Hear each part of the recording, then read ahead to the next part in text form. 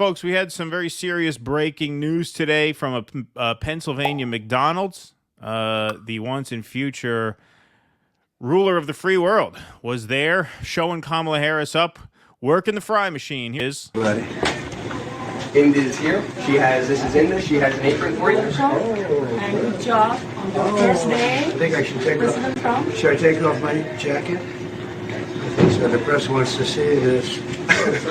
Oh, he's a wealthy guy. He owns a lot of McDonald's. That's great. Thank you. Okay. I think it's good. You want to do it? Yeah. Hey, it looks What's great. your favorite thing to order The on white McDonald's? shirt and the red tie I really like it all. looks good. I like every ounce of it, everything. Okay. I'm sorry. Very often, something that people will say is, if you hadn't been born into that family, you'd be working at McDonald's. You tell me he doesn't look like a McDonald's manager. He looks like the McDonald's founder. He looks like he is McDonald. He looks like it was designed after him. His face and his skin are like match the color scheme of the restaurant. It does. Like bright colors, primary colors. Yeah. Right. It's like he's worked there so long that he's come to resemble the product. Exactly. Yeah. Exactly. He's turning into a French This is fry. Donald. I'm the manager here. You having a good time, folks? Yeah, of course. No, he fits right in. This is, if Donald Trump had not been born into all that money, this is what you'd see when you walk in McDonald's. Absolutely. Can I help you? You want fries with that? So I do like the French fries where I'll be working.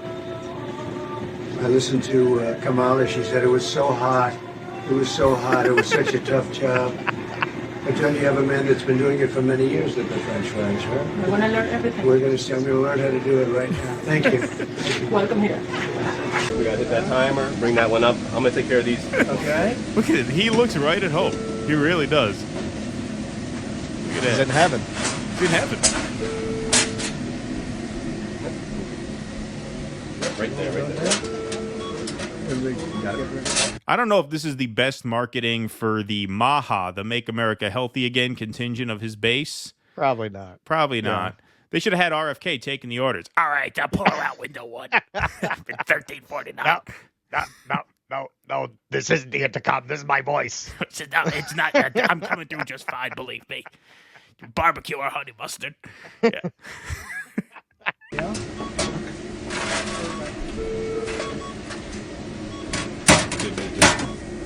we can put that far right, hang it right up there. Yeah. And then you want to do the salt over here? Yeah. I did these ones already. They're good. You just got to Okay. do that one right there. So grab that. Let me give him extra salt. No. No, not extra salt. Not plenty salty. Yep, good. There you go. Right there. Good job. And then we're going to grab the fry scoop right here. Right. Put it into there and just give them a twirl that way. They say it's bad for your blood pressure, but I had my physical. My blood pressure is perfect. They said they never saw blood pressure like that.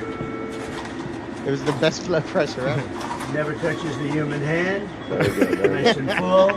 Never touches the human hand. Well, nice and full. supposedly he's a germaphobe. Yes, well, that's why it says that. All right, that was very good. We need you to do it again, just faster and for less pay.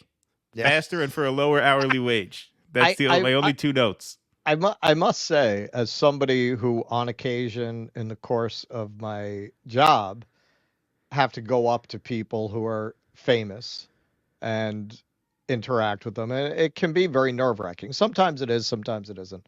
Depends on who it is. These kids are very poised. Oh, yeah. Like, they're just like, yeah, and so you put the salt, like they're Yeah. don't seem No, the kid was good. starstruck. They're just like, yeah. Yeah. you Yep. know. They're in their element. Like any trainee. Yeah, exactly. Just like anyone else. They were very poised. All right, now this is my favorite part. Now, this guy pulling up to the car, he looks very familiar to our most loyal dissident viewers. I wouldn't mind this job. I like this job. I think I might come back and do it again. Thank you.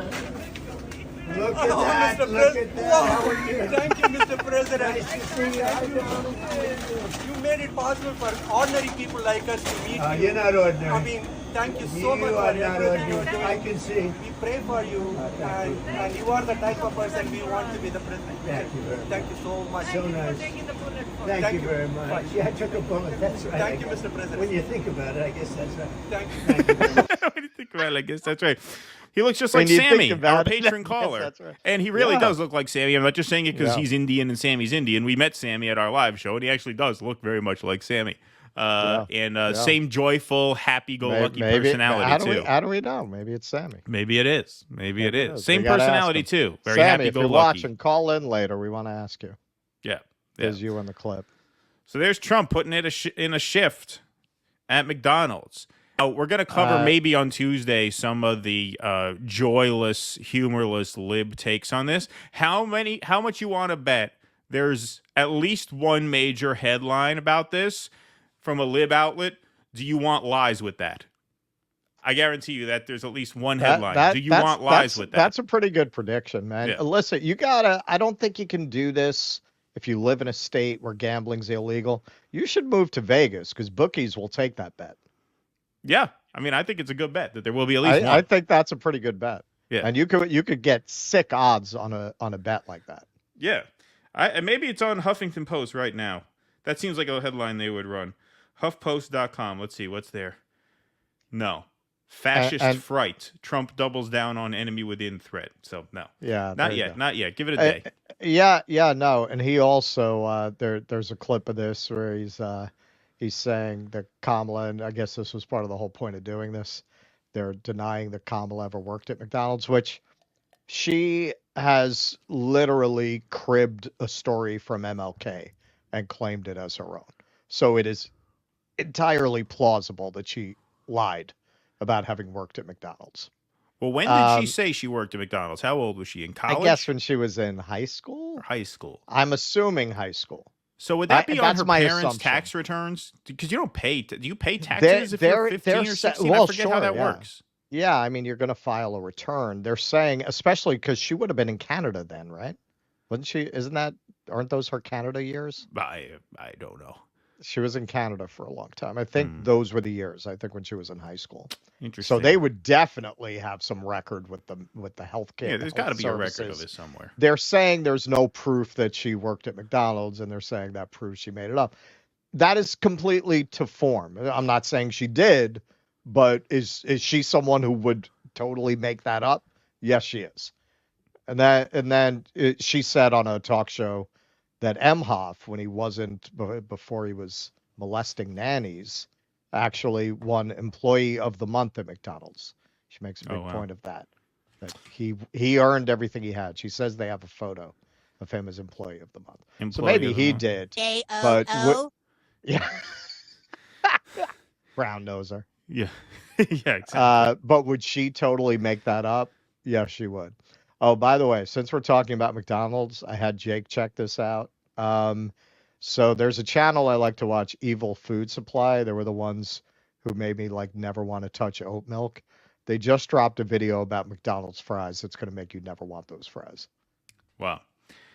Yeah, no, it was a good campaign. See, this is the kind of thing that's a little off the beaten path, a little quirky, a little weird, but in a good way, in an endearing way, in a nice way. Normal people like this. They drive up to the drive-thru window. It's Donald Trump working the fry machine. See, that's the good kind of off message, not the they're eating the dogs, they're eating the cats. Right, you know, I really think when you look back at the dog and cats that's what moment, they call retail politics. They call it. That's retail politics. I think the dog and cats moment was probably a real turning point in this campaign, much in the same way that the Khan family feud was a big turning point in the 2016 campaign. In that campaign around mid-August, right after the Democratic convention, Donald Trump got baited into a feud with the Gold Star family and plummeted in the polls. And that's when clearly the campaign huddled and said, we have to make a big change. They got rid of Paul Manafort. They brought in Steve Bannon. They righted the ship. They ran a pretty flawless campaign down the home stretch, and they ended up eking out a win. It seems like this is a more subtle example, but I think that dogs and cats moment was a similar type of turning point where they're like, okay, if we keep generating insane headline after insane headline, we're going to blow this. We have to tighten up. And it seems like they have. And for the last month, they haven't said or done anything crazy to turn headlines against them. And so this is the right kind of diversion as opposed to that. Yeah. They might have felt they can't compete with Diddy. Yeah, right. Yeah, exactly. It might Maybe have that's felt, it. well, the whole point is to suck up the media oxygen. How are we going to compete with the 200 bottles of lube? There's nothing we're going to say that's going to compete with that. We might as well just play it straight down the middle, boys. Yeah. And straight down the middle it was always the case that if they didn't fumble the ball, they could run out the clock and probably win the election. And they seem to have perhaps learned that lesson just in the nick of time. Too soon to tell, but they've definitely been more disciplined in the past month. And they have the benefit of running against a hologram. Right. Yeah, they're running against Right. somebody who, on her own steam, was not able to make it to Iowa. A terrible candidate, a candidate nobody voted for, nobody picked, who's just running on vibes, who falls apart in interviews. So really, a lot of people have said, well, the libs say it's Kamala's election to lose. And actually, Nate Silver dropped an article that was decent today. I don't know if you looked at it, laying out 24 points for why Trump could win. That although he throws a little catnip to the libs in his characterizations of Trump, it was pretty on. It was pretty on. He points out the electoral college advantage that the Republicans have, which they never talk about when they talk about national polling. Right. You could very well have another election where she wins the popular vote, but that doesn't mean that you're going to win the election. And the media, every election cycle, they talk about it as if the national polling is the significant polling. And then people are always surprised when the candidate loses. Please clap.